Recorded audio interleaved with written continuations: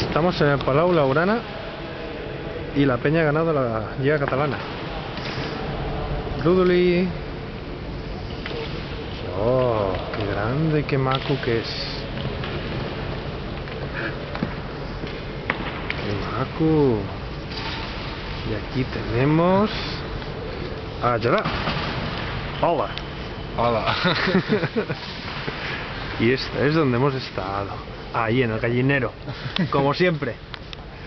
Claro que sí. Como los pobres. Como los pobres. Pero que mola. Y mira dónde estaba toda la prensa. ¿Y nosotros? Ya. Allá a fondo. Bueno. Los vestuarios también. Los vestuarios. Ahí es donde se van los de TV3. Equipo de sonido. Y bueno.